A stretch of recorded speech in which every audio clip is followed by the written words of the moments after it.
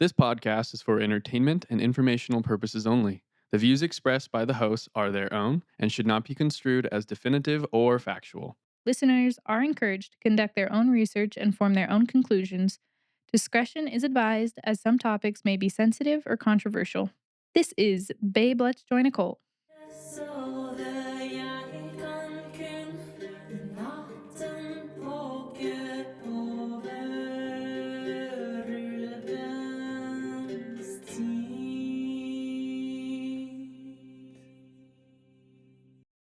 Hey Hey guys. guys. Oh, sorry. Whoa, weird. Welcome back to another episode of Babe, Let's Join a Cult. I'm your host, Nakai, and we got the co-host Babe in the house today. The one and only. The one and only, who really just wanted to interrupt my whole intro Twice. That was the second take. Well, someone's got to do it from time to time. No, it throws me. I will sign up. Yeah. Anyway, Hello, everybody. we're on episode 11 in the double digits cruising. Pretty crazy. We're doing it. It Good is job. pretty crazy. Way to go. Way to go, babe. She drags me out of the garage studio to the podcast studio. Yeah, because if he's going to drag me into the pottery world, then I'm going to drag him into the podcast world. Two passions, baby. Didn't I drag you into the podcast world? Yeah, so you can't just leave me now because I'm All here. right. All right. I'm here and we're doing it. We might Stick stutter around. our way through the whole episode, but at least we're doing it. That is true. Yeah. How many people out there are like, man, I'd love to do a podcast, and they never do because they're afraid that they're going to stutter their way through it. And Yeah. here you are, just Here we are. doing it. Just study your way through it. You can do anything you want to do. Well, If you just don't know how stutter to your read way out through it. loud, do that podcast anyway. Bingo. Yeah. Anyway, that's our inspiring moment for the podcast. And now to crime. Yeah, this week's is a little bordering on a true crime case / is considered a cult. Right. Yeah, because when I was researching it, I researched on the webs, but then I also like research on YouTube and stuff. And like a lot of true crime people covered it, but also covered it under like murder and true crime, and then also covered it under cult. So it could go either way. With that being said, Awesome. as always, a little bit of brutalness, Brutality. Brutalness. I don't. violence. Word. Not word. Just trigger. Also, I'm going to do my best to not chew into the microphone, but I just roasted some cashews with agave syrup and spices and salt, and I'm going to eat them. Yeah, So. the next company we're starting is going to be Blake's Nuts. Blake's Nuts, podcast cashews. No, cult cashews. Cult cashews, Cult that's what it was. cashews, because they're Really good. addictively delicious. Correct. Life updates? Wow. Anything new? I just created a whole new brand with a slogan. I'm so inspiring. Look at us, just, what do you call it? Serial entrepreneurs? Well, yeah, I mean, that's just what I clearly, based on my past, have been. That's what we're doing. That's what we're up to. Yeah. Anyway, other life updates besides pottery and more pottery. I'm almost done with my college course, and then and then I'll actually have time to focus on more of this stuff. Yeah, because right now I just cut out one day during the week and cram it all in, and it's a lot to consume all in one day. Where it would be nice to just have it throughout a day, get some pre-recording done. Yeah, to get ahead on some. We do all right. We're fine. We do okay. Yeah. Now that it's just down to one of us writing. It was always kind of down to one of us writing. Yeah, but you were supposed to help out with school.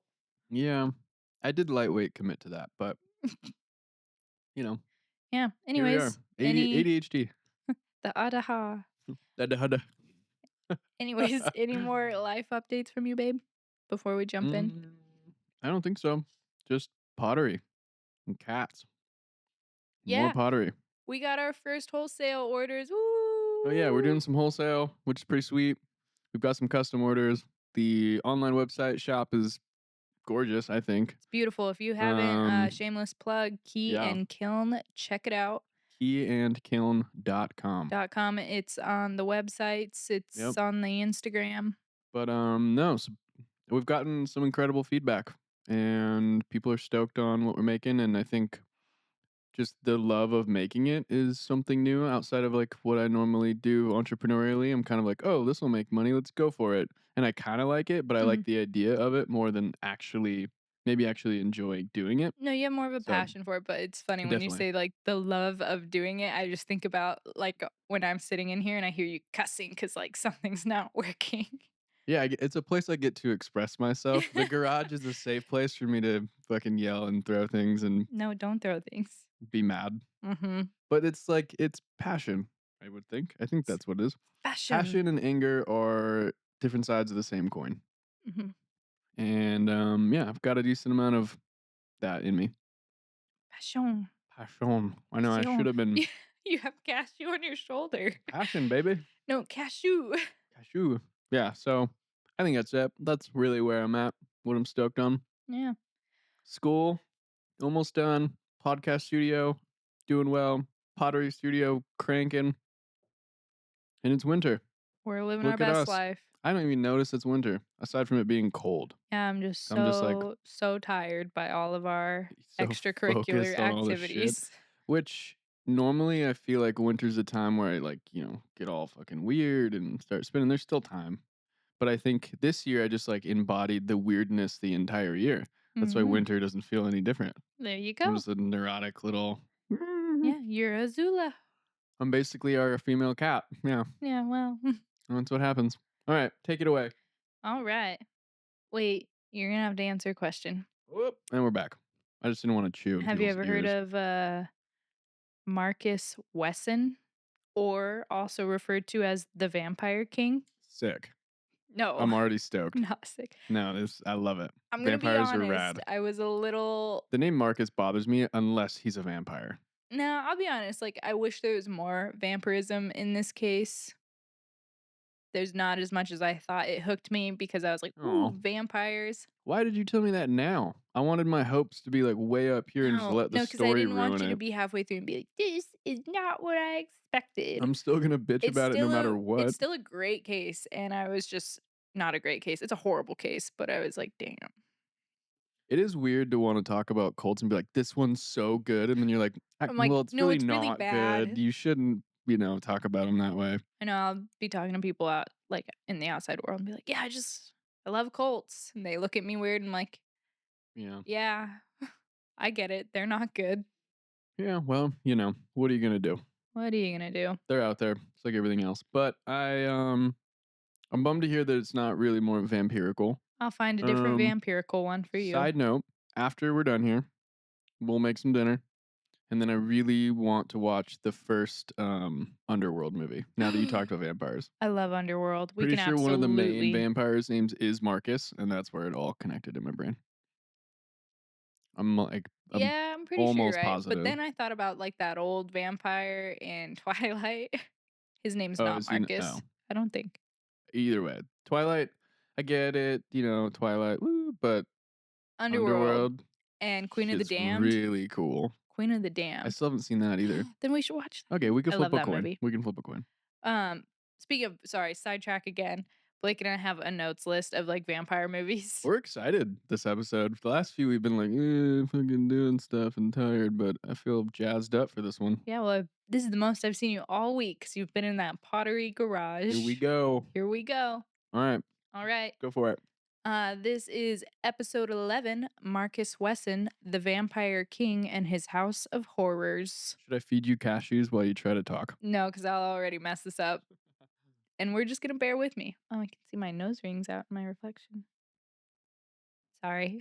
Nobody but me would have noticed. I notice. Anyways, Go for it, babe.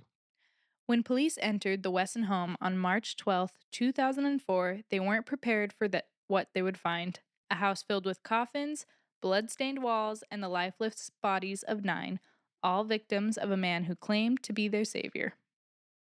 Sounds pretty vampire-y to me.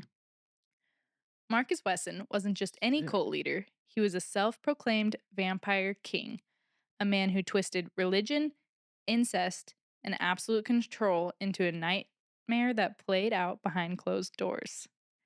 He ruled over his family with fear, manipulation, and a doctrine so disturbing it defies belief.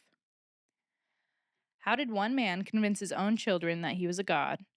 How did he turn an entire household into his personal kingdom of terror? And what led to the final horrific day when his sinister empire crumbled? Tonight, we're pulling back the curtain on one of the most twisted cult leaders in American history as we uncover the dark, shocking, and almost unbelievable story of Marcus Wesson, the Vampire King. You missed an opportunity there instead of pulling back the curtain, popping the top on the coffin. Come on. I never would have thought of that. Come I on. know, you That should was like write the first. these. Sorry, I'm not witty. She's great. Yeah, I am. That was like a mirror affirmation in the morning. I was looking at my You were reflect. great. You were great. And you're like, yes, I am. I'm Yes, great. I I'm looking at my reflection in my iPad because it's on dark mode, so I can really am. see Nice. myself. I love that. You got this. You do. You Way to will. go. You can be the cult leader that stutters. It's okay. It's okay.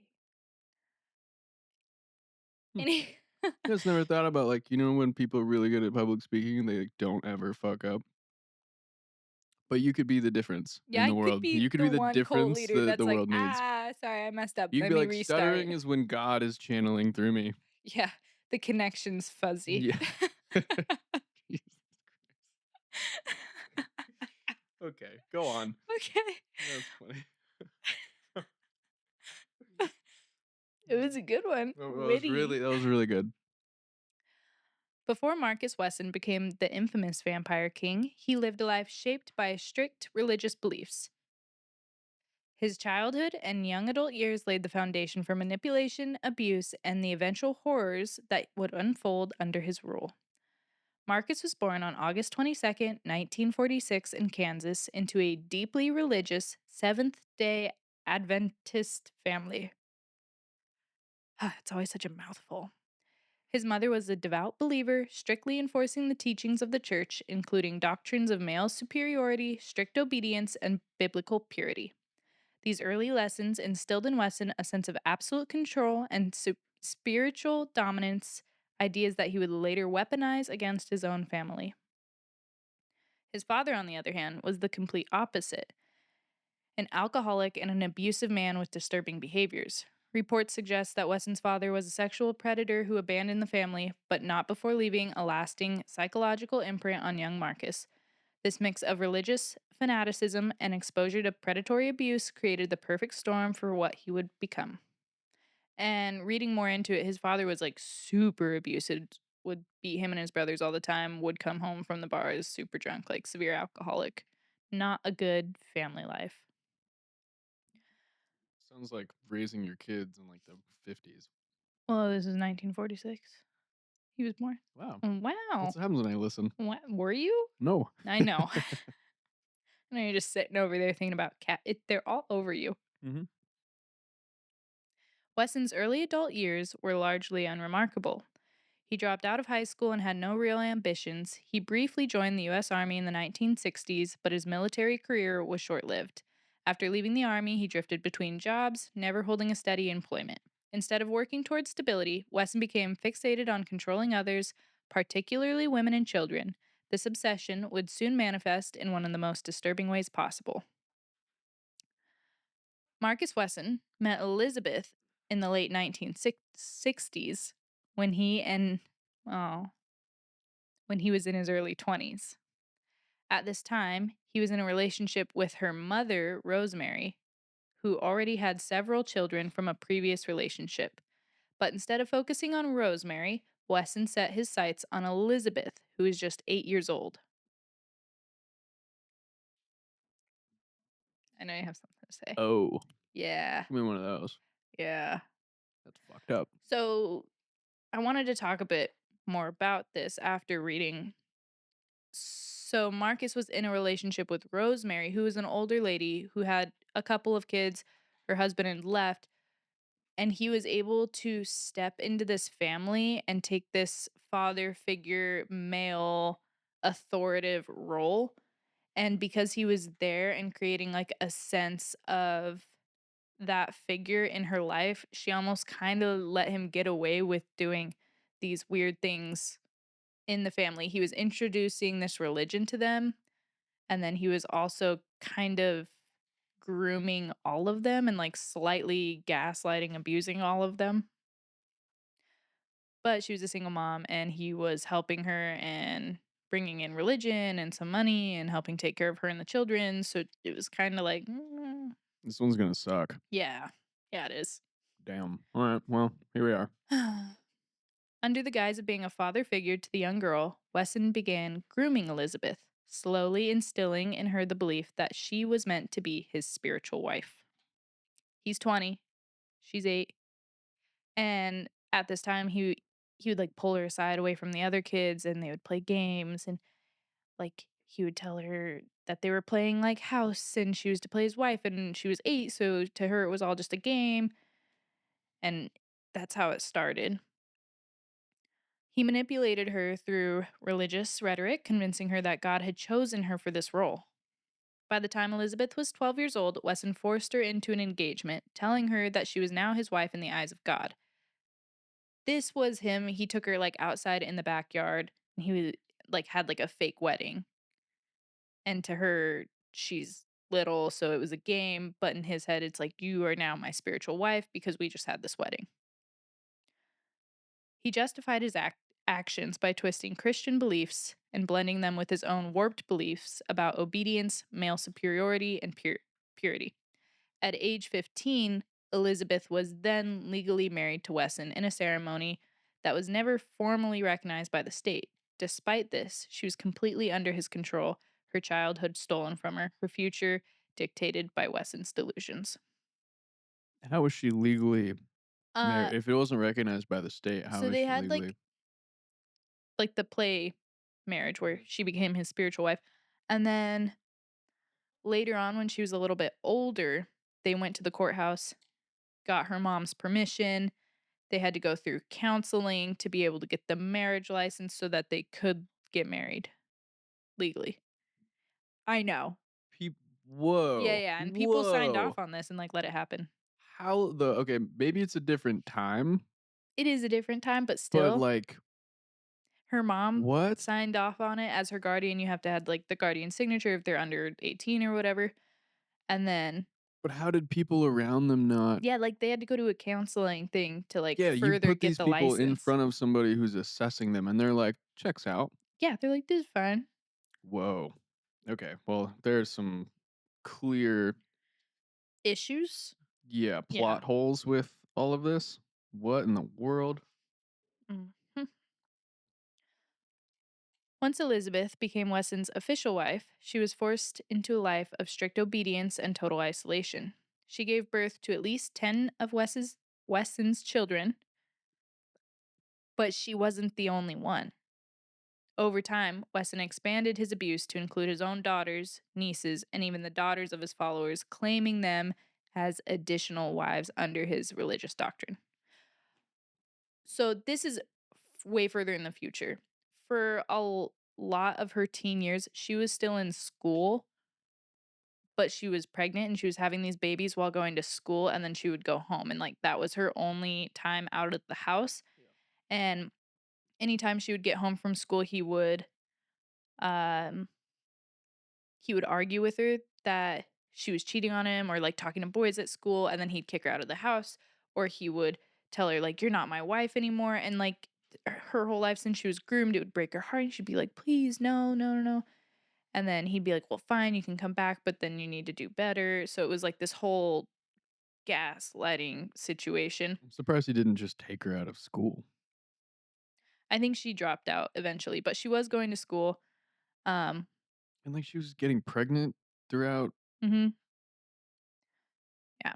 Weird, dude. And after she got out of Sounds like some school, medieval shit right here. I know, Like, he should be like, not oh, even hey, that long vampire ago. king. So maybe he really was a vampire and he, like, lived through an era where this was No, acceptable he and he was was just just like, highly messed up.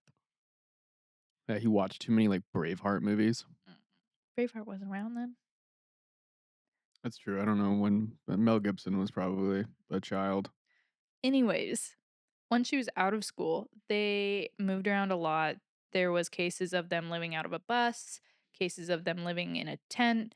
living in different housings because they kept constantly moving Yeah, because imagine trying to take care of 10 kids. yeah, and also, like, the kids were all homeschooled. If you have 10 kids, I'm sorry if you pull it off, that's incredible. I couldn't even imagine.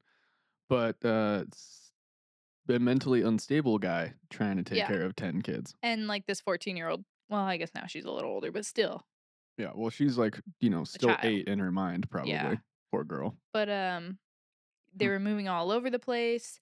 At one point, Elizabeth took in 2 of her sister's kids because they went to prison and weren't able to take them. So she took in those kids, so then those kids on top of her own kids were living with them. Okay. Yeah, there's a lot. Wow, quite the family tree. And this is throughout time. This isn't just Yeah, like bang, bang, bang. yeah, It's a condensed story. yeah, incredible. Huh. Yeah. Elizabeth was trapped. She had been conditioned to believe that her role was to serve Wesson and bear his children. She had no say in how their family lived, and Wesson kept the household completely isolated from the outside world, ensuring that Elizabeth and the children never questioned his authority. Hence the moving around to like isolated areas, children being homeschooled. At this point, Elizabeth was no longer in school, so she wasn't leaving the house. She had zero friends. She talked to no family members. They were all just there together. Although she was a victim to Wesson's abuse, Elizabeth also became an enforcer of his rules, helping to raise and discipline the children in accordance with his twisted beliefs. She was caught in the same cycle of manipulation that Wesson had built, unable to escape, unable to protect her children, and unable to see a way out. The kids' lives, I just kind of bullet pointed it to talk about it, but they were homeschooled. They would have like religious studies in the morning and a moo. That's Ozzy. Sorry, the Oh. cat is chewing on the microphone cord. Go away. They would have religious studies in the morning for like 3 hours, and then in the evenings before bed for another 3 hours. If the kids so much as coughed or made a sound or moved too much, they would get yelled at and beat. Damn. They were like strict vegetarian diet, but barely ate anything, so all the kids were malnourished and super skinny. If they ate more than they were allowed to, they were beat. Hmm. He would hand out like sentences for beatings, like go down the line of kids, like you get 10 days worth of beatings, you get 3 days worth of beatings. And then it was their job to remind him every day that they needed to get beat.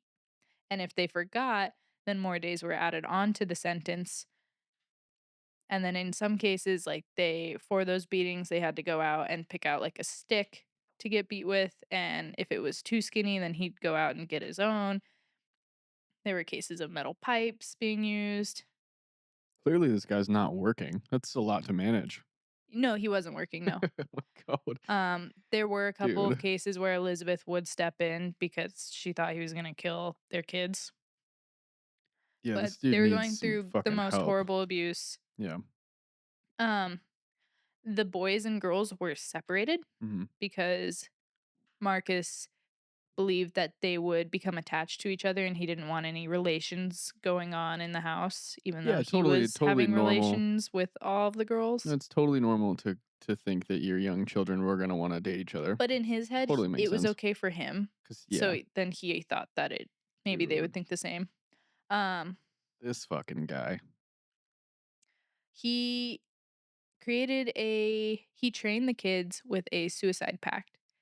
One day he sat them all down and told them that like government or authorities, if they ever came looking for them, like then your afterlife is ruined if you get taken by them and get taken away from us. So we need to set up like this suicide pact. So if Mm.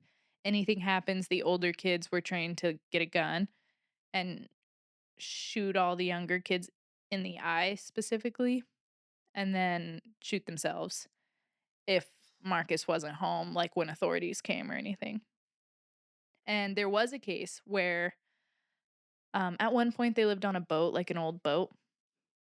And there was a case where one of the older kids saw these vans outside and they were progressive vans, like insurance vans, but they didn't know because they don't know the difference. And they thought it was government authorities.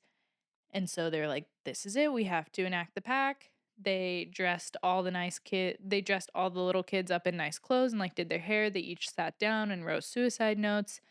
And then the oldest kid, there was a payphone nearby, and she went to call Marcus because she just wanted to double check Mm. if it was okay to like, Kill everybody? Yeah. yeah, she was like, "Well, Dude. I just want to make sure like this is what he meant."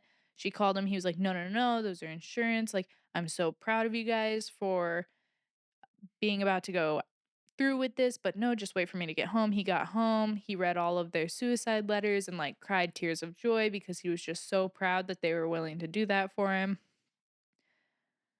Yeah,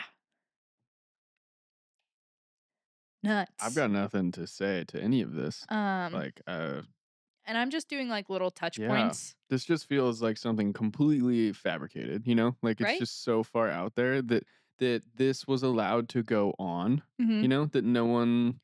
Well, so there were multiple times where like police were called on the house or CPS was called on the house and Marcus was home, but he was very charming Mm, and very good at talking. And in all of those situations, he was able to fabricate a lie out of thin air and talk his way out of it. There was one case where police came to do like a check or something, and they felt that something was kind of weird because it took him too long to get to the door and he heard voices and stuff. And they asked to come in the house and like check out the house. And Marcus was like, "Yes, of course." And then they ended up finding all the kids locked in a closet. And I know, they were like, excuse me. And Marcus was like, "Oh, well, since we live in like kind of a scary like neighborhood area, I like the kids when they see authorities, they think that maybe a bad man's out there, so they have learned to like hide just to be safe." Talked his way I mean, right out of it. that's like of all the excuses you come up with, my brain went to like hide and seek or something, you know? Same. But no, that was like the excuse. And they're like, "Oh yeah, Yeah, yeah, completely that understand, checks sir." out. Yeah. Whoa, Um, that's so it's wild. not like And none of the kids are gonna rat on them because 'cause they're, like, they so. were born into this. Yeah, They have no whoa. clue. Like this is their whole life. They think this is normal. Hmm, There was an instant where Marcus did go to prison for a couple of weeks, and it was like the kids' best weeks of their yeah, I lives. can imagine. They were able to like go outside and play and actually eat enough food, and they weren't getting beat every day. Damn. Talk about some serious indoctrination, you know? Like, Mhm. the things that you become accustomed to or that you just expect as they're slowly imposed on you, just like every cult, but it does, you know, shed some light on the things that maybe we're not all aware of that we Mhm. just agree with or go with because that's what we It's are just how we were supposed to raised. believe. That's what we're supposed to think. That's what we're told. That's what we're conditioned. I did watch a Wild. couple snippets of interviews with like some of the kids later on down the Mhm. road. Mhm. And yeah, like that it really is just all they knew. They thought that Yeah. that was life, and they like part of them knew he was a bad man and they were scared of him, but like what can you do Yeah, that's your dad or when you're like whoever. 12? Yeah. And like if one of them stepped up for the other kid or they were growing They too just got close, beat. yeah, if they like I think the two eldest kids grew pretty close, two boys, and so they had to like take turns watching each other get beat and weren't allowed to like step in. Damn. Yeah. That's fucked up. Um yeah, these are all just touch points. There's so much more to the story.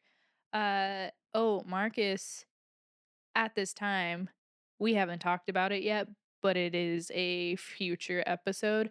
The Branch Davidians, they were kind of another spin-off cult from Seventh Day Adventist, whatever. Another spin-off cult that's super infamous.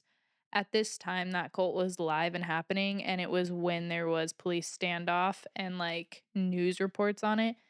And Marcus would have like the whole family sit down and watch these news reports and standoffs of the cult against the authorities and holding each other at gunpoint. Hmm, And he really looked up to the Branch Davidians and thought that they were like doing right and they were doing amazing and just like the complete opposite side of where you should have been on. right. Yeah. Hmm. Yeah. Damn, yeah, I have so many questions of, like, how the kids were after all of this, but I'll let you get through it before we touch on that. Elizabeth remained under Wesson's control for decades, enduring his abuse, polygamy, and ever-growing influence over the household. But everything came to a horrific climax on March 12th of 2004. Um, I wanted to dip before I This moved is on. way too current. Like, this is I mean, granted, 2004, 20 years ago, the but end of it. Yeah. I was that's alive. You were just alive. wild to think that this occurred. Like, this is their lives, like, for a significant portion of their lives. Mhm. Fuck. I meant to touch on this right before when I was talking about him looking up to the Branch Davidians. In that cult, David would preach how they all needed to have more and more babies to repopulate the earth with their religion and their offspring. This was something that Marcus looked up to. So he was having children with Elizabeth, but then also incestual children with his nieces and his daughters. But he had programmed them to, if anybody ever asked, they say that they went to a sperm donor to get pregnant. Um, he kept the girls and boys separate, so the boys had no clue what was going on. But yeah, How did he keep the boys and girls separate? It's not like they lived in a fucking no, mansion. it was a small house. Like it was apparent to the boys that the girls were getting pregnant, but they like Right. would just They make didn't up know. excuses. Hmm. Weird. And he would just like they would all sleep in separate sections of the house. Boys over here, the girls over here. They weren't allowed to talk to each other anyway.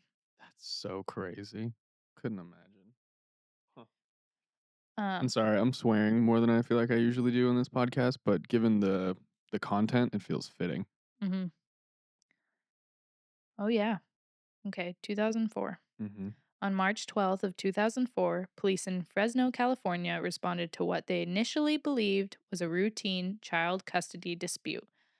But what they found inside Marcus Wesson's home would become one of the most horrifying crime scenes in American history. The incident started when two women, Ruby and Sophia, these are her sisters, Mhm. Okay. frantically called the police, desperate to get their children back from Marcus. Okay. So Because, her Elizabeth's sisters had given them the kids yeah, when they went to jail or yeah, I had whatever. mentioned Okay. that early on. Yep. So then they wanted their kids back. Right. The children were part of Wesson's incestuous and abusive cult, and the women, who were formerly followers, had come to reclaim them after breaking free from his control. So, yes, they were in on it to some point, and then they left. Okay. When officers arrived at Wesson's small, rundown home in Fresno, they found a chaotic scene. Several of Wesson's followers, mostly his adult daughters, stood outside screaming and crying, seemingly defending him. Meanwhile, Wesson barricaded himself inside the house with the children, refusing to cooperate. The police, unaware of the full scale of the horror inside, attempted to negotiate with him, unaware that time was running out. Hmm. Damn. After an 80-minute standoff, Wesson finally emerged, his shirt stained with blood. He was calm, expressionless, and surrendered without resistance. This bitch couldn't even kill himself after all of that. A chilling contrast to Man. what the officers were about to discover inside. Man. At least be able to do yourself in too. You piece of work. No, because this way he has But to what? He rot gets in to jail. sit in jail? Oh no. Like after all he did? Like not even. This is where the death sentence totally Hmm. should apply still. Like the fact that I want to we're say as it does. taxpayers like paying for this guy to live and be fed and be housed and have a Hmm. Just no, not get rid of even him. not even fucking cool. No way. Damn. When police entered the dimly lit back room of the home, they were met with an unspeakable scene. 9 bodies, all of them children and young women, stacked on top of each other, many of them shot through the eye. The room was cluttered with coffins, a disturbing symbol of Wesson's obsession with death. Among the dead were his own children and grandchildren, many of whom were the result of incestuous relationships with his daughters and nieces. The murder weapon, a 22 caliber handgun, was found beneath the pile of bodies. The victims were later identified. I'll just say their first names: Elizabeth, Ilabella, Javanti, Jonathan, Ethan, Sedona, Marshy, Jeva, Rosa. And the oldest was 17, there was like 4 one-year olds. They were in like still infants, basically. Yeah, so 17, 8, 1, 7, 4, 2, 1, 1, 7. And I might have said their names wrong. All 9 victims had been shot execution style, a method that Wesson had eerily preached about for years, claiming that the death was the ultimate sacrifice and the way to escape evil of the outside world. Why didn't he kill himself? Like, I'm I more don't mad know. at him for, like, for all of that, and then he just bows out. Yeah, right? Like, at least finish the job. 'Cause he's crazy. Whoa, yeah, he's, like, got the god complex, obviously he can't kill himself. Mhm. Despite Wesson being the only survivor inside the house, he later tried to claim that one of his daughters had carried out the killings in an act of group suicide. Which she probably did. Yeah, What a coward, what a it could piece of go either shit. way. He argued that his followers were loyal His and that they followers, you were mean his kids. no, he called them his followers. Holy moly. They weren't they and they did not call him dad. Yeah, They called him something creepy, I can't remember. I'm sure they did. Um, Vampire god master, Probably. fucking ugh. And they were willing He argued that his followers were loyal and that they were willing to accept his teachings about sacrifice and the afterlife. However, the court didn't buy his excuse. Wesson had absolute control over his family, and the psychological hold he had on them made him just as responsible for their deaths, if not directly, than through the years of manipulation and brainwashing. Marcus Wesson was immediately arrested at the scene and charged with 9 counts of first degree murder, 14 counts of sexual assault, rape, and incest. During his trial, former members testified about his extreme control, incest, and religious brainwashing, detailing how he had created a doomsday cult centered around his own godlike status. After 2 months of trial, Wesson was found guilty on all charges in 2005 and he was sentenced to death. He currently remains on death row in the San Quentin State Prison, where he continues to claim innocence and refuses to acknowledge the horrors he inflicted on his family. That's crazy. Um, can't imagine that life in San Quentin is fun. For sure. Hope not. Um, whoa, yeah. To And claim innocence is unfathomable. Like, that's just nuts. and still, Lunatic, dude. I mean, it is possible that, like, He's his still kids alive, did just sitting. enact the suicide pact, but, like, Yeah, but I don't care. yeah. Even if he didn't pull the trigger, he pulled the trigger. It like Y theoretically. Oh, yeah, yeah. I don't know. I don't know if California has the Death penalty death anymore? penalty. I'm not I sure. feel like it might have been lifted in California. I don't I know. would imagine it's an incredibly progressive state, and they make so much money on their prison systems. Mhm. So yeah, I wonder. Yeah, I'm not done. Go on, please. Well, I just wanted to talk because since when researching this case, it bordered on true crime murder case versus cold case. Sorry. I wanted to talk about how is this a cult? And I feel like if you've watched our episodes, you already know how this is a cult. But for new viewers or just to recap, let's go over it. Marcus Wesson's disturbing belief system was a twisted fusion of Christianity, apocalyptic prophecies, and vampire mythology, which he used to manipulate, control, and abuse his family. By the time his cult reached its horrific climax in 2004, Wesson had completely isolated his followers, convincing them that he was the divine being, both their god and their king. But why did Wesson believe he was a vampire king, and how did this ideology transform his household into a full blown cult?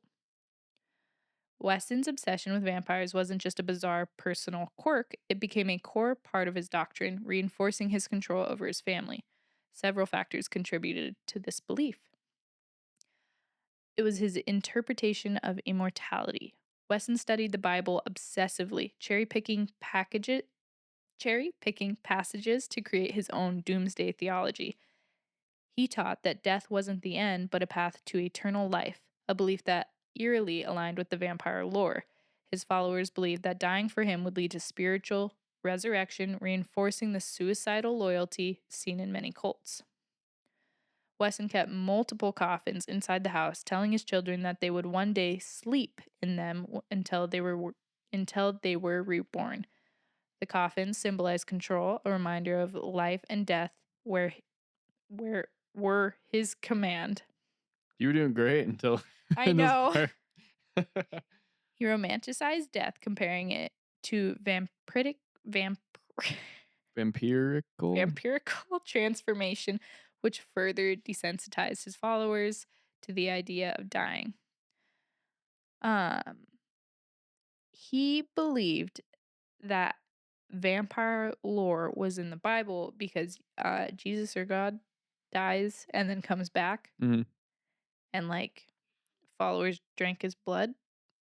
Was that part? The blood of Christ, Yeah. some part? Yeah, sure. Okay, Obviously, maybe. I don't know I much. mean, sure, In put it out there. his head, he used that to justify that vampire lore. Like he died and followers drank the blood of, Got it. and he was resurrected as like this new being. Got it. Yeah, but I love how he believes all of this stuff, but then doesn't act on it and forces children to act on it, like, I know that's you're gonna the be stuck on that for I hate that days. because it's the duality of character is so difficult for me. Hmm. Like, if you're not gonna like, don't say something if you're Follow not gonna do through. it. Yeah, It's not necessarily a follow through, like, it's we a all follow have through. moments where we're not, like, committed to the things we talk about, but, like, to that degree, like, you're going to abuse people and sexually assault people and kids, sorry, not people, children. Hmm. I just, like, whoa. Like, where another thing I've been thinking about is that these kids didn't choose to be born like none of us do, but Hmm. imagine Being born into being born that. into that. Like, Yeah, you didn't do anything. yeah. You didn't Like, you're choose, completely innocent in this, and all of a sudden, like, this is the home that you're brought into, like, and this is your good life, fucking luck. and your lifespan's this short Yeah, because of it. totally. Honestly, probably for the better, no offense at all, but, Hmm. like, imagine being 17, having 17 years of that history, and then trying to just, like, go and be Live a life. normal. Well, there are Not gonna like happen. surviving children. And how the fuck are they doing? In the interviews, they seemed good. I don't know if that's a good way to put it. Yeah, but, They were like, able to not talk through it and process it and understand dang. what they went Are they through. part of some new cult that No, like, I no, feel they like were that's really still so common. young in the interviews too. Like they were like maybe teenagers in the Dude, interviews, and crazy. yeah, but it was weird. That's where I wonder, like, you look around and you're like, "Why did I get this story? Like, what do I do with this?" You Hmm. know? Anyways, where were we? My gosh.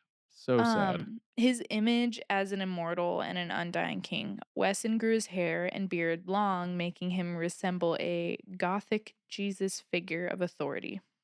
Checks out. He compared himself to vampires, claiming that, like them, he was eternal and powerful above mortal men. He told his family that his bloodline was sacred, reinforcing his control over his incestuous empire.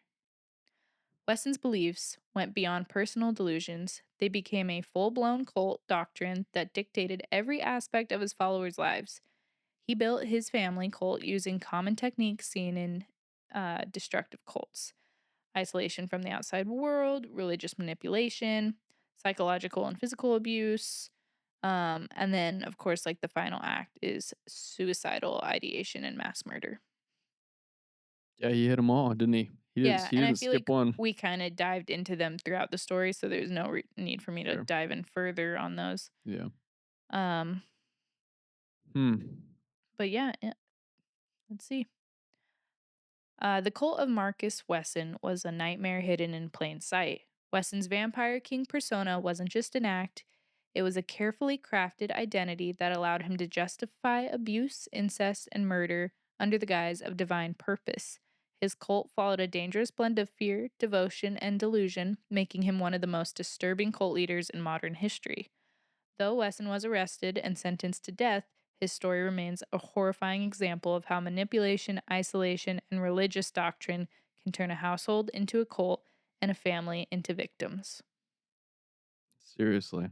And that's the story of Marcus Wesson, the Vampire King, and what he did to his family.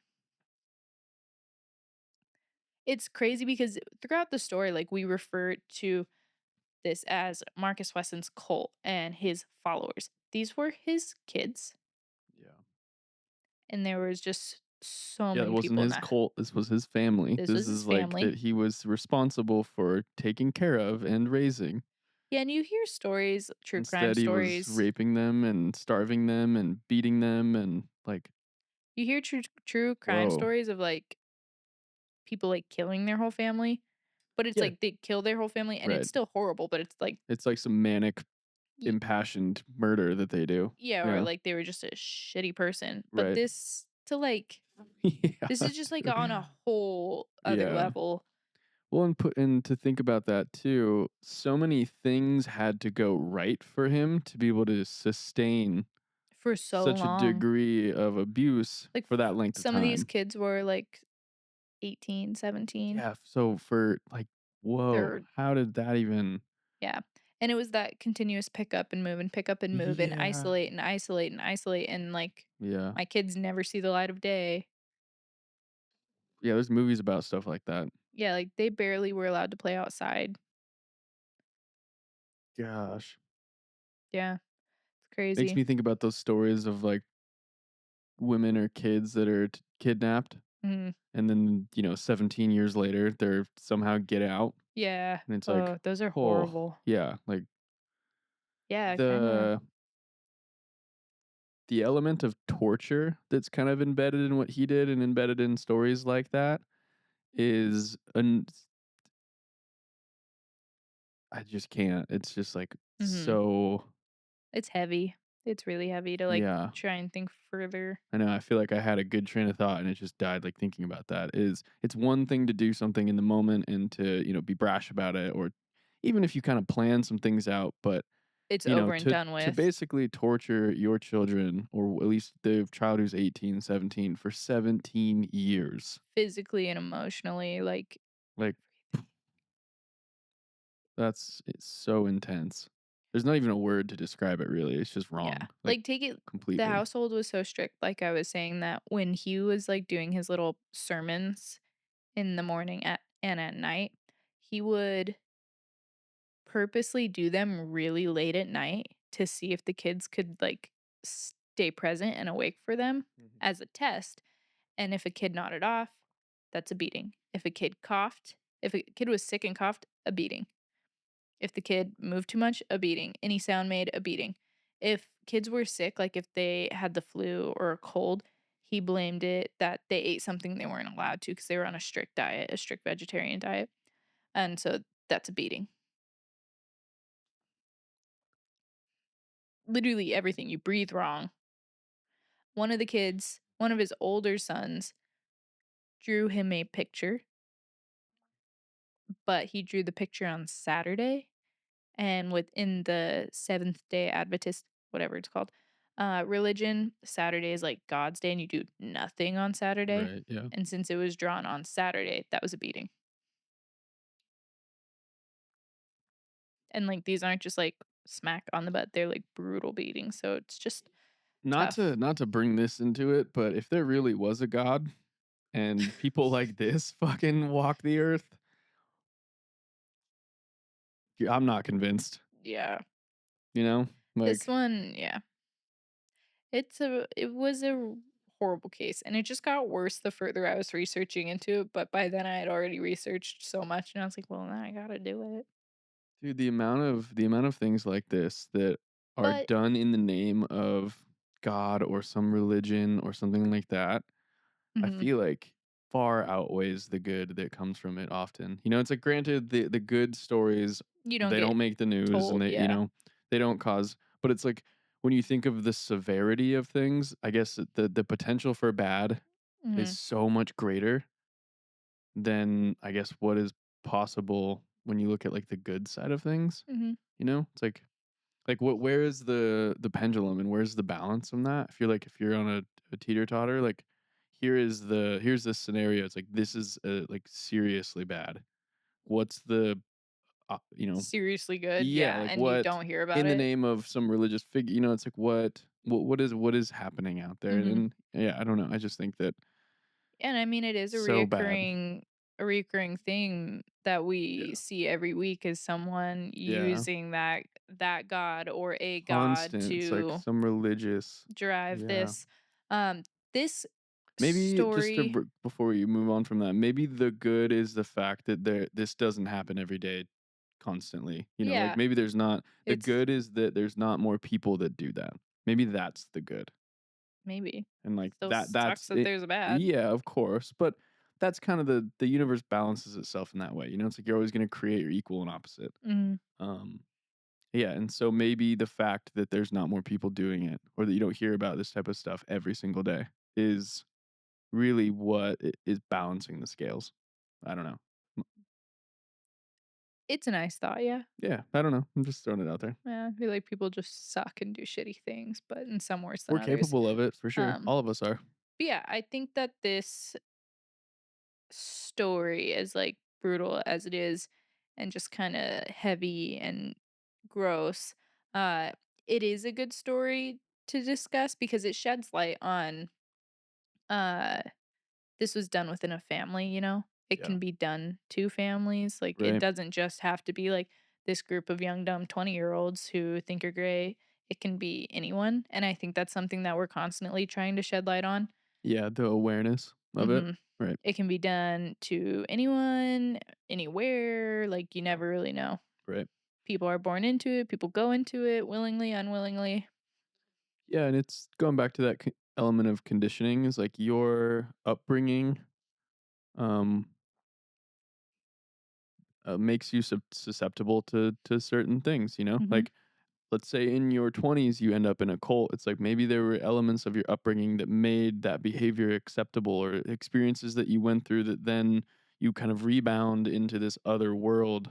It's like the story of his dad abusing him and then he abuses his kids, and it's like Hmm. there are these And strict chains. religious, yeah. Yeah, there's these trauma chains that occur that if go unbroken just perpetuate Yeah, or the you try to, narrative, like, the go so theme. far opposite from how you were Right. raised, then you're in You're a basically the cult, and same. yeah, Yeah. it's just a We see that in so many different areas, especially like I feel like politically probably is the best. But like you have someone who's so far in this direction that they're basically the same person in that direction. yeah, They're going back to that. It's like the universe creates its equal and opposite. balance. We're constantly in some chaotic search for balance. Yeah. But But yeah, yeah. this guy's got me beat on that one. It's Yeah, I'm not even gonna ask you because I know it's a cult you're not gonna join, and it was a family thing, yeah. so but, I mean, it's like if I was born into it, if I was one, there's nothing I can do. yeah, You know, sucks. But it does suck. Yeah. Well, anyways, happy Friday. sorry. Heavy all the cases are heavy, I feel like some hit a little heavier than others. Yeah. This one's Sounds hard dark. because it was kids, but Yeah. which I should have put a warning in the beginning. I mean, it's a cult podcast. Yeah. It's sorry for the F bombs, but Sorry for the F bombs, yeah. that's one that I can own. Anyways, guys, thank you for joining us. Remember to check us out on socials or, Yeah. leave a review if you feel like it. Like or comment Like or or say comment. hi, At least whatever. go check out the pottery at Key and Yeah. Kiln at Plugging it. I love it. keykiln.com. It's Yeah. cool. It's super cute. It is really fun. That Uh that's the highlight of today's podcast is yeah. pottery. But It's a blast. no, thanks guys Yeah, and appreciate y'all for listening. Means a lot to us. means It's so fun. much to We're us. still doing it. We're still doing She's it. definitely driving this train, and I appreciate you for keeping up with it. It's Yeah. impressive. And I'll drive it better when I'm out of school. You're doing great. I think we've only missed 2, Ah, and it was like Christmas, and then we just needed a moment. Like yeah. that's awesome. That really talk about a level of consistency. Good job. I know That's we're that's because of you. podcasters. We are. We're podcasts and potters and all the Podcasting things. Potters. That'll be the Yeah, next show. totally. Uh, But yeah, shameless plug. Thank you for that. We yeah. do we do wholesale. We'll make custom orders sometimes. We've got some retail stuff for sale. You're gonna find us probably in a couple different stores. I'll announce those later, just not to jinx them. Pickups and online stuff, and we're local. We'll deliver. Whatever. We Yeah. just like And pottery, we'll be like making sharing more it and more going up more on and the more and site. more and more. But yeah, thank you But all so much. anyways, um, babes, don't drink the Kool-Aid. Drink the tea. In a cauldron mug In a made by cauldron Key mug. and Kiln. Specifically tea tree house though, Yeah, because that's the best tea. I can't believe we haven't thought of this. We do need to make a podcast mug. I Like, need how a have we do goblet. you want a goblet? I need a You goblet. design it, and I'll make the form, and you can glaze it, and then we'll have a I podcast mug. need a goblet to And then hold they will for be these. for sale, Then you can get your and own you cold can goblet, drink out of it and we while can drink the listening to the Kool-Aid together, podcast. tea together. And then we'll have Gabby with Tea House make a specific We did talk podcast about one. tea. We Look at we us. did talk about one. I'm sure if I really bugged her about it, she would happily do it. I just kind of forgot. But Yeah. we were talking about one and I kind of want it to like have hibiscus or something in it so it's All red, red. like Cool. Kool-Aid. All right. We're this is My evolving. dad's Stay calling tuned. me. Anyway, all right. Anyways, my We're gonna let dad's you go. calling. All right. Bye, nerds. Bye.